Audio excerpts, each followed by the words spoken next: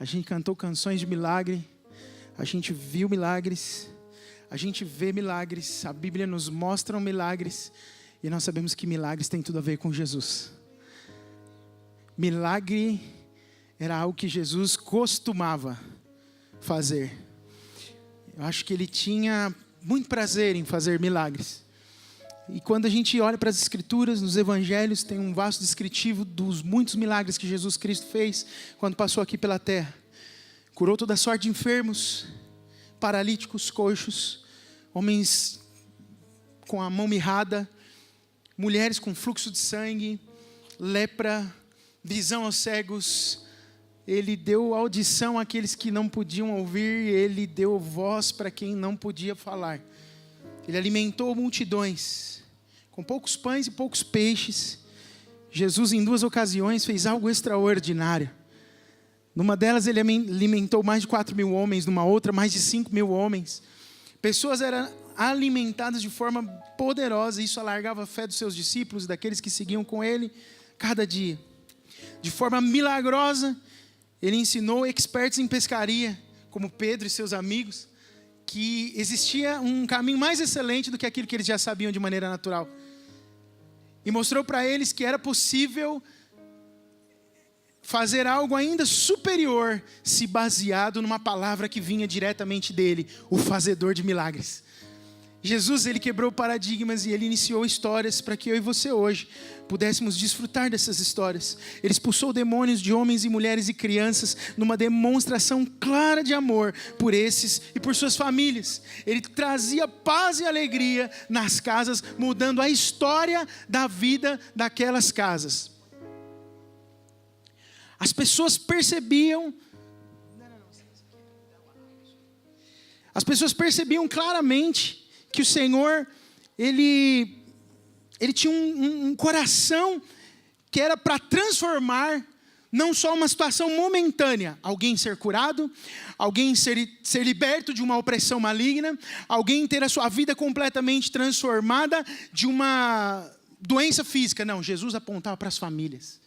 Jesus, quando libertou demônios, libertou pessoas de demônios, libertou epiléticos, libertou doentes, ele estava olhando para uma transformação que tocava mais do que aquela pessoa. Então ele estava fazendo coisas poderosas que iam além daquele ato isolado.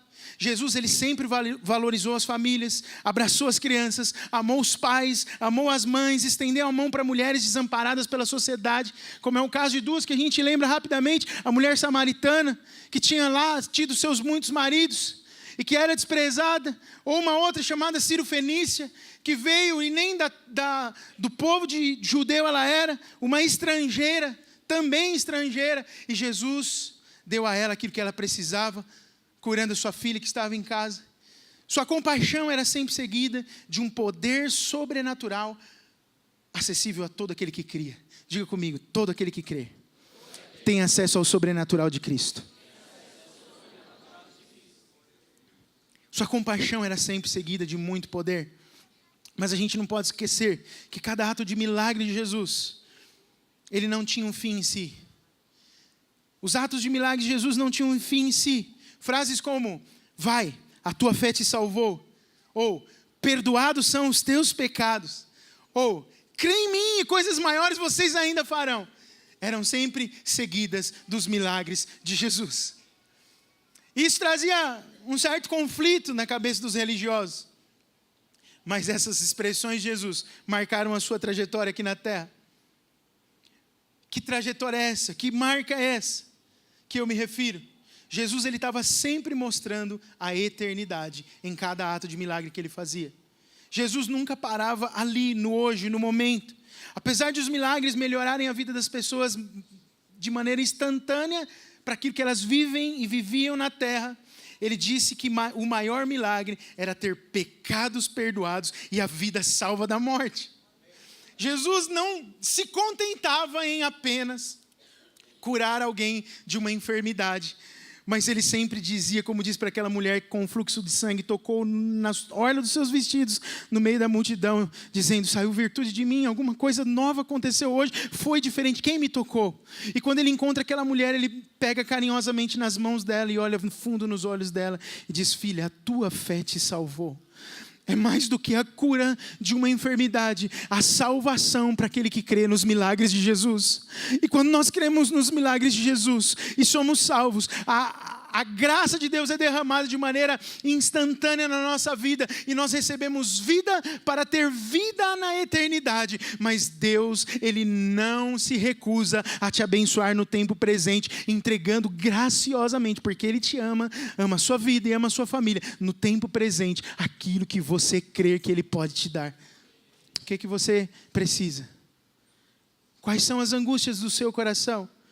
Você já pensou que o que Jesus ensinou na prática, através do seu poder, pode ser também experimentado agora? O que Jesus manifestou lá no tempo em que Ele andava na terra, que nós vimos de maneira tão preciosa, por esses discípulos e essa multidão linda que você está vendo aqui do meu lado, que seguia Jesus. Eu brinquei com eles ontem, eu falei, eu quero pregar todo dia com essa belezura perto de mim. Eu estou me sentindo um pouco como Jesus agora. Porque a Bíblia fala que Ele pregava e as multidões o cercavam. E eu me sinto cercado pelas multidões, com vocês sentados aqui. Mas sabe, meu coração é remetido naquele momento. Você já pensou estar num ambiente que Jesus ressuscitou mortos? Ressuscitou aquela menina, num ambiente em que Ele estica a mão de um homem que tinha sua mão toda encolhida e ressecada.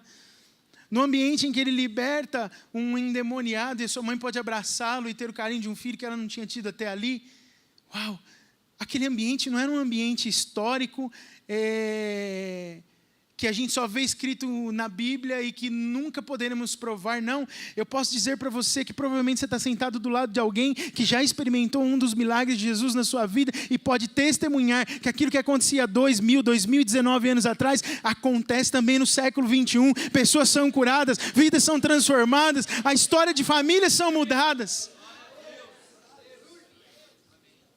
Eu acho que dos muitos milagres que nós vimos aqui, talvez eu não tenha visto ainda Jesus ressuscitar alguém. Mas se ele quiser fazer, Ele pode fazer isso hoje. Qual é a sua fé? Aonde a sua fé se move para crer nisso? Ele pode curar a sua dor de cabeça, Ele pode curar a sua dor na coluna, Ele pode curar o seu bico de papagaio. Não pode, né? Aleluia, ela faz parte daquela multidão e dessa. Ele pode curar a sua joanete. Mas Ele pode ressuscitar um morto que acabou de morrer nesse instante. Ele pode curar um aidético, um cancerígeno, Ele pode curar quem Ele quer, porque todo o poder lhe foi dado.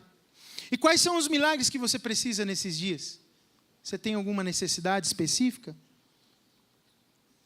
Talvez o seu milagre é muito menor na sua visão e na sua concepção, mas ele tem muito valor para Deus. Talvez você precise de um emprego novo. Talvez você precise de um casamento restaurado. Talvez você precise da cura de uma enfermidade. Talvez você precise curar a tua alma e liberar perdão para ser restaurado interiormente. Você precisa de ter relacionamentos restaurados. Talvez o milagre que você precisa é a salvação e a libertação de um parente próximo. Talvez o milagre que você precisa é um milagre financeiro. Ninguém pode te ajudar. Eu quero dizer para você, está aqui entre nós, há um Espírito movendo no meio de nós que pode te ajudar, que é a resposta para o que você precisa. Hebreus 11, versículo 6, a Bíblia diz o seguinte: sem fé é impossível agradar a Deus, pois quem dele se aproxima precisa crer que Ele existe. Diga comigo, crer que Ele existe. E que recompensa aqueles que o buscam. Diga, crer que Ele existe. E que recompensa aqueles que o buscam. Existe uma recompensa para a fé. O texto de Hebreus, ele é muito claro, estimula duas óticas muito objetivas. A primeira, fé deve ser intencional. Eu creio. Por que eu creio? Porque eu ouvi falar, eu ouvi dos feitos de Jesus. A multidão, quando recebia os milagres, você acha que eles ficavam tudo perto? Não, eles iam buscar os necessitados rapidamente. Tanto que Jesus em muitas ocasiões disse, olha, não vai contar para ninguém. Não fala nada, e ele se retirava. Mas a Bíblia fala que as multidões vinham atrás dele. Por que vinham? Porque a fama dele corria. Por que a fama dele corria? Porque as pessoas cada vez mais criam. Quem crê, fala. E quem ouve, passa a crer. Talvez você esteja me ouvindo hoje e tem dificuldade de crer em alguma coisa a seu respeito, no seu coração. Mas a palavra que sai da minha boca hoje não é só logos, não é uma palavra escrita numa folha de papel, ela é rema, e palavra rema produz vida no interior daquele que ouve, e a vida no interior que você vai receber hoje, vai produzir o milagre que você tem esperado de Deus por anos. Eu não sei se o seu espírito move-se em fé nesta manhã, mas a Bíblia diz que é impossível agradar a Deus sem fé, mas aqueles que creem que Ele existe, têm recompensa da sua fé. Se você crer que Ele existe, a simples crença na existência de um Deus que faz milagres, vai recompensar a tua fé, e eu ouso dizer para você, recompensará a tua fé nesta manhã. Esta semana será a semana que marcará a história da sua vida. Aleluia! Então a fé é intencional, mas a fé também é sempre recompensada. E eu quero falar de um ambiente onde a fé foi gerada de uma maneira poderosa, para que o milagre pudesse acontecer. E caminhar com você por alguns passos de observação na vida de quem creu, por um milagre que afligia muito a sua vida, para que você possa refletir a respeito de si próprio, porque Deus quer fazer milagres no nosso meio nesses dias. Primeira coisa que você tem que fazer para experimentar a ativação do céu na terra, que são os milagres. Jesus abriu os céus quando foi batizado. Aliás, quem abriu os céus foi o Pai. Abriu os céus sobre a cabeça de Jesus. E se nós estamos em Jesus, nós estamos com os céus abertos sobre a nossa cabeça. Amém? Então, o que significa isso? Significa que Jesus trouxe a atmosfera celestial aonde Ele pisava. Onde Jesus pisava, irmãos, devia rasgar de luz. As pessoas deviam ser contagiadas instantaneamente quando Ele passava. É como se um caminho de luz abraçasse cada pessoa. E isso fala do quê? Fala do ambiente do céu na terra. Você já viveu com alguém assim, que às vezes ele chega, o ambiente muda? Tem vida de Deus ali. Quando tem vida de Deus ali, o ambiente muda. E por que muda? Por causa de alguém? Não, por causa da presença do Espírito movendo ali. Então a primeira coisa que nós precisamos fazer para uma atmosfera de milagres é ativar o céu. Diga comigo, ativar o céu. Quero usar um texto de Marcos 2, 1 a 12. Se os irmãos puderem projetar, eu não vou ficar parando para ler, mas eu vou ler alguns versículos. Minha tradução está um pouquinho diferente dessa vez. O versículo 1 diz assim: poucos dias depois, tendo Jesus entrado novamente em Cafarnaum, o povo ouviu falar que ele estava em casa. Diga, o povo ouviu falar que ele estava em casa. Jesus retorna comumente para Cafarnaum, e a missão que ele tem sempre é de anunciar um evangelho de boas novas. E Ele não faz isso em hipótese alguma sem manifestar sinais, maravilhas, milagres e compaixão pela vida das pessoas. A missão do céu é fazer o quê? Com que as suas realidades estejam na terra. O Senhor tinha essa clareza de propósito. Ele queria a realidade do céu na terra. Ele orou dessa forma. Mateus 6,10 diz: venha o teu reino, seja feita a tua vontade, assim na terra como? Assim na terra como? Quando Ele ensinou os discípulos a orar, Ele falou: olha, orem ativando o céu na terra, para que a vontade de Deus, que já é plena nos céus, se estabeleçam na terra. O cristão, na sua grande maioria, você que é crente, eu que sou crente, na nossa grande maioria, a gente se arrepende o suficiente para ser perdoado, mas não o suficiente para ver o reino de Deus pleno na terra. E o reino de Deus é um reino que não há injustiça, é um reino de paz, é um reino de alegria, é um reino de transformação social, é um reino de transformação de pessoas, é um reino de transformação de comportamento, é um reino de transformação de família, é um reino de milagres. Quando ativamos o reino dos céus aqui na terra, nós cremos numa mudança completa. É por isso que você olha alguém do teu lado e fala: uau, como você é diferente hoje do que quando eu te conheci. Você está até mais bonito. O céu está ativado na vida dessa pessoa. Aleluia. Bill Johnson, ele disse o seguinte: a ausência de milagres não quer dizer que Deus não queira realizá-los. Os milagres não acontecem simplesmente porque o Senhor não deseja. Nós precisamos ativar o céu na terra. Nesses dias, ative o céu, irmãos. Lembre-se daquilo que eu falei: os céus estão abertos sobre Jesus, os céus estão abertos sobre nós. Ative o céu, fique conectado com o Espírito Santo. Fique conectado com o que Ele tem para você. Tenha períodos que sejam intencionais de oração. Ore ao Senhor. Mova-se, faça jejuns, faça algum voto ao Senhor. Diga: Senhor, essa semana eu vou jejuar. Vou jejuar 7 dias, até domingo que vem. Eu sei que o Senhor está movendo. Ative os céus.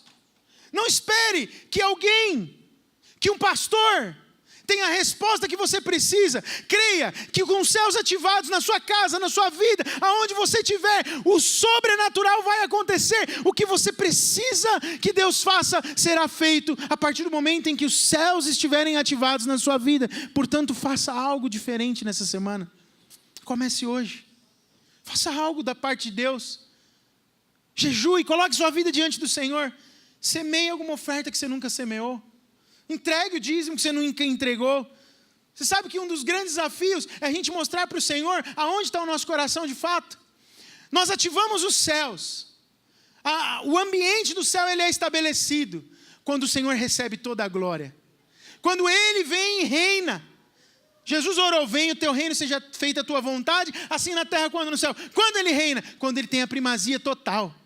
Primazia sobre o seu dinheiro, sobre o meu dinheiro. Primazia sobre os meus sentimentos, sobre os seus sentimentos. Primazia sobre o nosso tempo. Primazia sobre o nosso desejo. Primazia sobre as nossas emoções e as nossas vontades. Qual é a primazia que Ele tem tido na sua vida? Esse texto que eu acabei de ler, o versículo 1, no versículo 2, diz o seguinte: então muita gente se reuniu ali, de forma que não havia lugar, nem junto à porta, e ele lhes pregava a palavra. O que a Bíblia fala? Tinha muita gente. Não tinha muito lugar, nem junto à porta. Tinha muita gente reunida ali. As pessoas estavam com sede, com fome, com desejo. Tinham um interesse redobrado. Por quê? Porque eles sabiam quem que eles estavam procurando. Eles estavam procurando Jesus. Eles precisavam do Senhor. Eles sabiam que nele havia uma resposta que só Ele poderia ter. E esse texto fala de um homem paralítico que foi levado pelos seus amigos. E a primeira coisa, além de ativar o céu, a segunda coisa, podemos e devemos contagiar outros com a nossa fé. Envolva outros naquilo que você está crendo. Se você estabelecer um propósito no seu coração, convide seu marido, convide sua esposa para fazer a mesma coisa. Fala: amor, vamos jejuar essa semana? Vamos orar junto por esse propósito? Amor, Deus tem falado isso conosco. Querido, querida, filhos, nós temos passado essa dificuldade, mas nós cremos num ambiente de milagres. Deus vai fazer algo novo. Vamos orar juntos, porque isso vai se tornar um testemunho dentro da sua casa. Deus vai fazer algo novo a partir do momento que você declarar que crê que Deus existe e recompensa a fé daqueles que nele creem. Sabe onde a gente começa fazendo isso? Levando o cordeiro para dentro da nossa casa, dizendo para os nossos filhos: olha aqui, vou te dar um pouco de Cristo. Sabe o que é um pouco de Cristo? Aleluia. É essa fé de quem crê que Ele pode fazer o sobrenatural, e Ele recompensa aqueles que agem em fé com relação aos seus milagres. Leve Cristo para dentro da sua casa, pai. Terceiro, conecte o seu coração com a palavra de Deus. Na parte final do versículo 2 que eu acabei de ler, ele diz assim: e lhes pregava a palavra. Eu já disse isso aqui. A palavra de Deus, ela pode ser simplesmente algo escrito e lido e entendido na mente, mas ela precisa, para ter efeito em nós, se tornar rema. E o que é rema, pastor? 1 Coríntios 4:20, a Bíblia diz assim: pois o reino de Deus não consiste de palavras, e a tradução aqui de palavras é logos, mas de poder, que significa dunamis. Dunamis é uma força, um poder, uma habilidade, um poder inerente, que reside numa coisa pela virtude da sua natureza. Então, dunamis, poder, que é a palavra pregada ou falada por aquele que crê em Deus e que Ele existe e é recompensado por Ele. Preste bem atenção no que eu vou dizer agora. Esse poder que só pode residir dentro de alguém que crê que Deus existe, ele é o combustível que flui por intermédio desse reservatório chamados eu e você.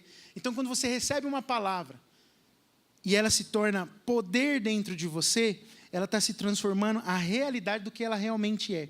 Porque a palavra de Deus não consiste em palavras de sabedoria, e essas palavras logos, que Paulo menciona aqui em Coríntios, mas ela é poder. Então, quando ela é poder dentro de nós, ela é o poder inerente de alguma coisa ou de alguém, essa é a tradução. Neste caso, é o poder, o dunamis do Espírito Santo, por uma palavra entendida na mente, mas compreendida no Espírito, que quando flui, faz aquilo que uma palavra logos, só compreendida na mente, jamais faria. Eu acredito que Deus é bom, grande, poderoso e Ele existe.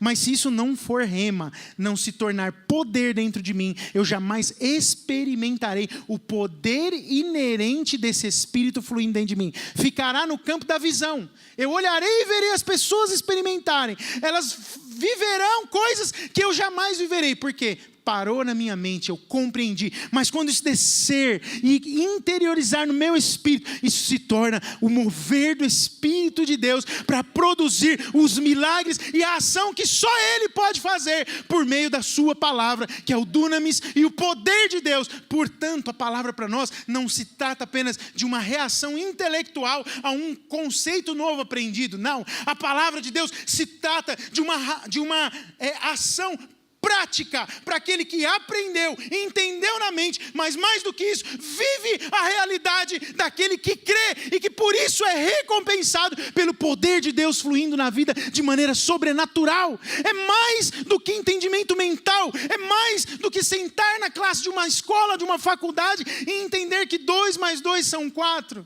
E entender que há uma exatidão e uma lógica. Não, a lógica de Deus não é a lógica humana. A medicina diz, não será curado porque não tem mais condições. Não poderá andar mais, não poderá ver mais, não poderá ouvir mais. Quando você entende isso na mente, mas tem uma palavra no seu coração que vai contra a lógica humana, e aquilo entrou dentro de você, e o rema de Deus começa a fluir. Você fala contra a lógica humana, contra a lógica dos entendidos, porque Deus chamou coisas pequenas, coisas vis, coisas pequeniníssimas deste mundo para confundir coisas sábias. Deus pega iletrados e confunde médicos. Deus pega homens que são muito simples na sua maneira de viver, mas que porque tem uma palavra rema dentro de si, podem olhar para o médico e dizer, doutor, o senhor está dizendo que não vai andar mais, o senhor está dizendo que não tem mais esperança de vida, o senhor está dizendo que isso não é mais possível. Eu quero dizer, o meu Deus disse para mim diferente, porque tem uma palavra rema dentro de mim, e eu creio que isso acontecerá. Esse é o dunamis, essa é a rema, esse é o poder de Deus. Jesus não te salvou para você ficar vivendo uma vida intelectual e no campo da sua mente. Jesus quer te levar a lugares muito mais profundos, elevados, altos. Isso começa nas suas experiências pessoais, mas um dia as pessoas terão impacto com essas experiências e outros serão experimentados como você, por causa do mover de Deus na sua vida. Quantos creem nisso? Digam amém. Aleluia, glória a Deus. Quarto, pratica a cultura da honra. A Bíblia fala que vieram alguns homens trazendo-lhe um paralítico carregado por 4 deles. Olha, veio um paralítico carregado por 4 amigos. O milagre só aconteceu por causa do quê? Porque tinha honra. Os 4 homens honraram o paralítico honrou os 4 homens. Os 5 honraram Jesus. Honraram porque creram. Quando você crê que Deus existe, você honra a Deus. Quando você não crê, você desonra a Deus. Quando você crê nos milagres e no poder de Jesus, você está honrando a Deus e crendo que a palavra dele é verdade. Quando você não crê, você desonra. O ambiente de honra é um ambiente de milagres. Diga comigo, o ambiente de honra é ambiente de milagres. Quando a gente tem um coração que honra aquilo que as pessoas carregam do céu, o que elas carregam passa a ser compartilhado conosco no ambiente onde a gente está vivendo. Aqueles homens, eles honraram o que Jesus trazia do céu para elas. O que aconteceu, irmãos? O ambiente do céu invadiu aquele lugar. O mover de Deus aconteceu naquele lugar. Você recebe aquilo que você valoriza. Valorize Jesus. Valorize o que o Senhor fez. Valorize o principal, Ele morreu por você. Dê valor a isso. Honre o Senhor no ambiente de honra. Há milagres. No versículo 4 a Bíblia diz, não podendo levá-los até Jesus por causa da multidão, removeram uma parte da cobertura do lugar onde Jesus estava e através de uma abertura no teto, baixaram a maca em que estava deitado o paralítico. Eles perseveraram.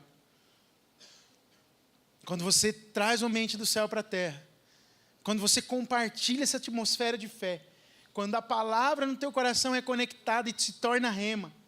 Quando há um ambiente de honra. E quando você consegue se render completamente e persevera para buscar o milagre. Quer perseverança maior que essa? Não dá para entrar pela porta, nós não temos como derrubar a parede, então nós vamos abrir o teto. Já que somos 4 que andam e um que está na maca, vamos abrir o teto e botar esse cara por cima. Não tem outro jeito de chegar a Jesus? Eu quero perguntar para você, qual é o nível de insistência que você precisa ter para alcançar aquilo que Deus tem para você? Às vezes a gente fala, se Deus quiser fazer, Ele vai fazer. Talvez muitos de vocês estão olhando para mim e falando assim, mas poxa, para que insistir nisso, pastor? Se Deus quiser fazer, se Deus quiser mudar, o fulano lá não tem mais jeito. Isso não vai ter jeito. E a gente vai deixando com essa desculpa a vida levar. Eles perseveraram, eles podiam olhar para aquele quadro e falar, meu Deus, está muito cheio isso aqui, está complicado. Vamos esperar talvez Jesus. A gente arruma um espaçozinho, fala com ele depois. Insista. É muito claro que a insistência por algo que você deseja, aleluia, move o coração de Deus. Deus não faz acepção de pessoas, escute isso. Deus não faz acepção nenhuma de pessoas. Mas as atitudes são diferenciadas diante de Deus. Existe acepção de atitudes. Porque a Bíblia diz, em Mateus 7,7, peçam e lhes será dado, busquem e encontrarão, batam e a porta lhes será aberta. Insista. Diga isso para o seu vizinho, insista. Bata. No versículo 5, vendo a fé que eles tinham, Jesus disse ao paralítico, filho, os seus pecados são perdoados.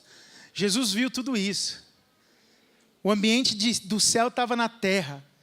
Havia um ambiente de fé. Talvez ninguém que estava ali tão perto de Jesus tinha tanta fé quanto aqueles 5 homens. Talvez ninguém tinha a mesma atitude de fé que eles tinham. Mas Jesus pega e quando Jesus vê eles descendo do telhado, Jesus fala, vendo a fé que eles tinham, a Bíblia diz, Jesus diz para o paralítico o quê? Filho, os teus pecados estão perdoados. O milagre já começou a acontecer ali, ninguém andou ainda. Ninguém levantou da cama ainda. Mas o Senhor já viu a fé daquele homem no coração. Sabe de uma coisa? Deus viu a fé no seu coração. Ainda que você ache que sua fé está pequena. Ainda que você ache que você precisa crescer em fé. A fé é como um músculo. Você desenvolve ela o tempo todo. E hoje é um momento para você receber um pouco mais de fé. Será que você pode só tocar a mão do seu vizinho e dizer para ele assim, recebe um pouco mais de fé, meu irmão? O Espírito está movendo. O Espírito está movendo e você está recebendo um pouco mais de fé nessa manhã.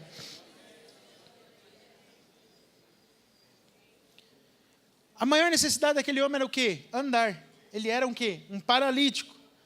Mas havia uma outra coisa pior, uma paralisia do coração. O coração precisava de cura.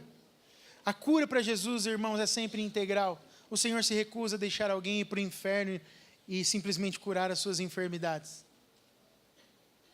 Jesus sempre curava seguindo da seguinte frase, a tua fé te salvou, ou perdoados estão os seus pecados. Ele sempre falava isso em algum momento. O Senhor sempre falava da fé, sempre do coração das pessoas. O Senhor quer fazer uma obra completa. Mas haviam ali fariseus, versículo 6 e 7 diz, estavam sentados ali alguns mestres da lei, raciocinando em seu íntimo. Diga comigo, raciocinando em seu íntimo. Conjecturando coisas. E eles pensavam o seguinte, por que esse homem fala assim? Isso aqui está escrito na Bíblia. Está blasfemando. Quem é que pode perdoar pecados a não ser somente Deus? Sabe o que é isso? Eles complicavam a sua própria fé. Quero dizer para você, simplifique a sua fé. Eles estavam conjecturando coisas, sabe por quê? Porque não criam. Quando temos dificuldade de crer em Jesus e no seu poder, nós começamos a complicar a nossa fé. A fé em Jesus é uma fé simples. Você tem algum bloqueio espiritual? Saiba que nós não podemos limitar a maneira de Deus agir. Raciocine aí com você, feche seus olhos por um instante e pense, você tem algum bloqueio espiritual? queria pedir, feche seus olhos. Todo mundo está na galeria me olhando agora. Feche os seus olhos por um instante. Tem algo que impede você de crer simples em Jesus?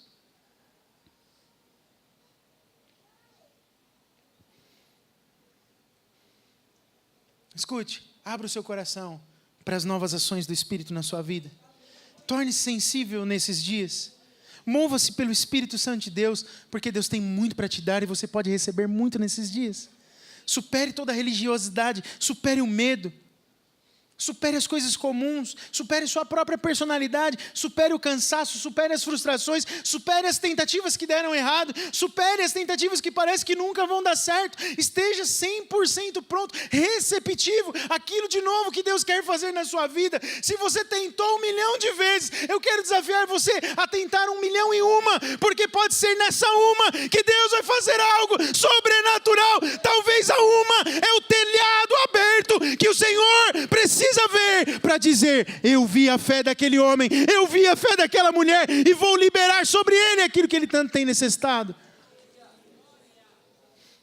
No versículo 8, Jesus percebe no seu espírito que era isso que eles estavam pensando e lhes disse: por que vocês estão pensando sobre essas coisas, remoendo essas coisas nos seus corações?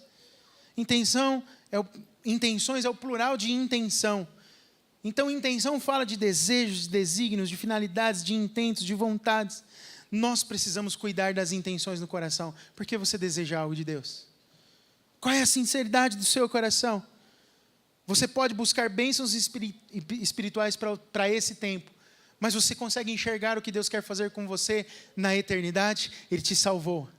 Ele mudou a sua história. Aleluia! Para que você possa mudar a história de muitos e ser canal.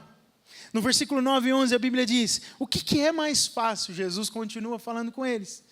Os seus pecados estão perdoados, ou levante-se, pegue a sua maca e ande. Mas para que vocês saibam que o Filho do Homem tem na terra autoridade para perdoar pecados, ele disse ao paralítico: eu lhe digo, levante-se, pegue a sua maca e vá para a sua casa. Jesus estava dizendo em outras palavras: vocês só estão pensando naquilo que é momentâneo, terreno. Mas eu vou mostrar para vocês que porque eu me preocupo e porque a minha intenção maior são com as coisas eternas que realmente valem na vida. E para que a minha glória seja vista. E para que vocês saibam de onde vem a minha autoridade. Levanta-te e anda. Jesus fazia o mais importante, mas mostrava para eles que mesmo aquilo que era importante, mas menos importante do que o que ele podia dar de melhor ao homem, que era a sua salvação, ele também tinha autoridade para fazer. O Senhor tem autoridade para fazer tudo aquilo que eu e você necessitamos. Quantos creem nisso? Digam amém. Amém. Então faça a sua parte no processo. Jesus disse para ele: levanta, toma sua cama, toma sua maca e anda. Tem coisas que Deus faz sem você, porque é impossível que você faça, mas há coisas que Ele decidiu fazer com você. Qual é a atitude de fé que você precisa tomar hoje? O que você precisa fazer na direção do milagre que você precisa de Deus? Tire a descrença e a incredulidade do seu coração. Tire a dúvida. Às vezes a gente fica pensando e a gente fala assim: será que? O será que é dúvida. E nós não podemos ter dúvida. A incredulidade vem a partir da dúvida de: será que é o tempo de Deus? Será que, não, talvez Deus quer que... Tire isso do seu coração e se abra para o que Deus quer fazer na sua vida hoje. Tem alguém aqui que crê que Deus pode fazer na sua vida algo novo hoje? Seja parceiro de Deus, colabore com o processo do milagre de Deus na sua vida. Levanta, pega a sua maca e vai andando com ela nas costas para casa. Eu quero desafiar você a sair daqui nessa manhã, ainda que você não tenha um sinal palpável do seu milagre, com a sua maca nas costas. Assim que nós terminarmos essa reunião, eu quero ver com os olhos espirituais da fé muitas macas nas costas. Isso vai ser a evidência de um grande milagre de Deus na sua vida. Mas eu vou ver algumas marcas literais. Aleluia, aleluia, aleluia. E por fim, no versículo 12, a Bíblia diz assim: ele se levantou, pegou a maca e saiu à vista de todos. Eles ficaram atônitos e glorificaram a Deus, dizendo: nunca vimos nada igual. Testemunho, irmão, significa fazer novamente. Quando eu divulgo algo que Jesus fez na minha vida, eu interfiro no ambiente. Preste atenção nisso. Quando você fala algo que Deus fez na sua vida, você interfere no ambiente. Quanto mais quando Deus faz algo poderoso na frente de todo mundo na sua vida. Você imagina, você convive com uma pessoa enferma a vida inteira e de repente ela é curada. O que acontece com o ambiente onde ela vive? Meu Deus, muda tudo. Pessoas se convertem. A alegria passa a fazer parte daquele lugar. Por quê? Porque comprovadamente o poder de Deus foi demonstrado. Nós precisamos testemunhar e falar. O Espírito Santo, ele age e novos milagres acontecem num ambiente onde há testemunho. E eu queria que você pensasse em se você em algum momento da sua vida recebeu algo de Deus que pode glorificar o nome dele e demonstrar o seu poder para alguém. Tem alguém que já recebeu algo da parte de Deus a respeito disso? O testemunho de Jesus é o espírito da profecia. Isso está lá escrito em Apocalipse 19:10. Quando nós testemunhamos Jesus, testemunhar os milagres de Jesus é falar o que Jesus é capaz de fazer. Quando nós testemunhamos Jesus, há um espírito profético nisso, e pessoas são alcançadas por causa disso, e os milagres, eles se multiplicam. É chuva de bênçãos e de milagres ao seu redor. Isaías 64:4 diz, você conhece muito bem esse texto: desde os tempos antigos ninguém ouviu, nenhum ouvido percebeu, e olho nenhum viu outro Deus além de ti, que trabalha para aqueles que nele esperam. O Senhor trabalha em favor daqueles que nele esperam. Eu quero falar de cada um dos pontos de novo, sem a mesma riqueza de detalhes. Primeiro, ative o céu. Diga isso comigo, ative o céu. Se você quer ativar o céu, fica de pé no seu lugar, então. Segundo, diga, contagie outros com a sua fé. Diga para alguém isso. Diga para uma outra pessoa agora, conecte seu coração com a palavra que Deus liberou. Quarto, pratique a cultura da honra. Diga para ele, pratique a cultura da honra. Quinto, persevere na busca pelo seu milagre. Sexto, renda-se completamente a Cristo. Diga isso. Diga para uma outra pessoa agora, mesmo que ela esteja distante de você, fala, simplifica a sua fé. Aleluia. Diga para uma outra, cuide das intenções do seu coração. Diga comigo junto bem forte, seja impactado pelo céu. Diga, faça a sua parte neste processo. E agora eu quero desafiar você a testemunhar só uma coisa que Jesus já fez na sua vida para alguém. Fala, Jesus já me curou disso. Jesus já libertou alguém da minha família disso. Jesus já mudou essa situação na minha vida. Faça isso com alguém agora. Eu quero desafiar você, testemunhe Jesus para alguém agora. Fala aí assim, Jesus fez isso na minha vida uma vez.